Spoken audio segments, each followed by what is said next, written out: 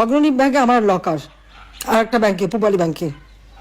সে পাকিস্তান আমল থেকে গহনাগাটির লকারই আমি রাখি, আমরা রাখতাম, এটা আমাদের পারিবারিক সবার। 1981 সালে আমি যখন ফিরে আসি, জিয়াউর রহমান যখন বেঁচে ছিল আমাকে কিন্তু 32 নম্বরে ঢুকতে দেয়নি। জিয়া যখন নিহত হলো, এরপরে সাত্তার সরকার অর্থাৎ বিএনপি সরকার ক্ষমতায়, 12 জুন 32 নম্বর আমার কাছে হস্তান্তর করবে। ধুলাবাড়ি ময়লার সমস্ত ভরা জায়গা, রক্তের দাগ সব ওখানে। আমার কাছ থেকে সই করালো 72 পাতা, বললাম আমি আইনজীবী দ্বারা করবে, বাড়িতে তো মার্ডার হয়েছে, না সেটা হবে না।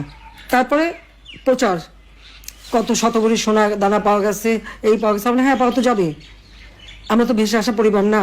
আজকে আবার অগ্রণী ব্যাংকে তালা ভেঙেছে, কেন তালা ভাঙলো? চাবি তো আমার কাছে, আমি তো এখনো জীবিত আছি। আমি যেখানে এখনো জীবিত আছি আর মামলায় কেবল একটা রায় দিয়েছে, রায়ের সব ধাপ তো শেষ হয়নি, তার আগে কেন হাত দেবে? এটা তো ডক্টর মোহাম্মদ ইউনূসের ব্যাংক ডাকাতি, সে লোক দিয়ে ব্যাংক ডাকাতি করছে, সেখান থেকে সব সোনা দানা বের করে এত ভরি, আমরা হ্যাঁ ভরি তো থাকবেই।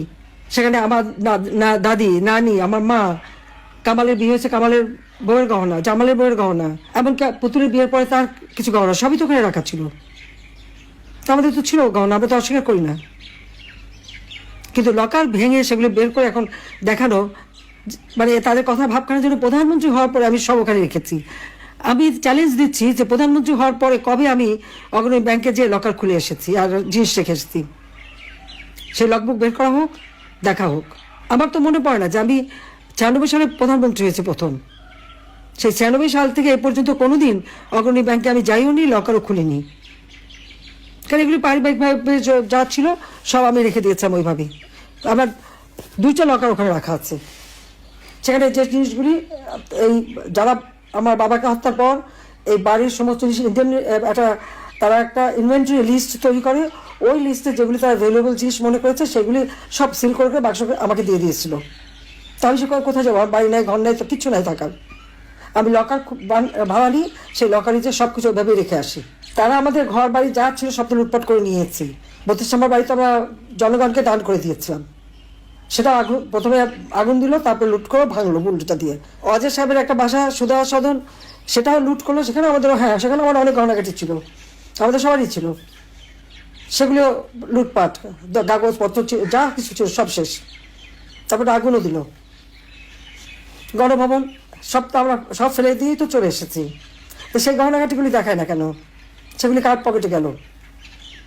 শুনছিলাম যে ইউনূস সাহেবের বড় মেয়ে নাকি এসেছিল, অনেক নাকি হীরার গহনা নিয়ে গেছে। তাহলে কি এগুলি আমাদেরগুলি নিয়ে গেল নাকি? ইউনূস তো নিজেও ঢুকেছিল ওই বাড়িতে সবাই মিলে, সেটা আমার প্রশ্ন। কিন্তু একটা লকার ভাঙতে গেলে, যে এখানে আমি এখনো জীবিত, চাবি আমার কাছে, পারমিশন ছাড়া এই লকারটা ভাঙে কিভাবে? আমাদের পারিবারিক একটা ঐতিহ্য আছে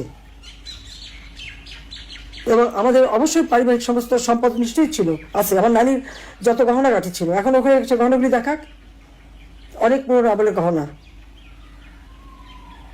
এখন শুরু করছে যে ওখান থেকে নাকি সব নাকি ওখানে রেখে আসছি। সেখানে আমি সব দেশবাসীকে আপনাদের মাঝেই বলতে চাই যে লাস্ট কবে গেছে আমি লকার খুলেছি আর কবে কি রেখেছি।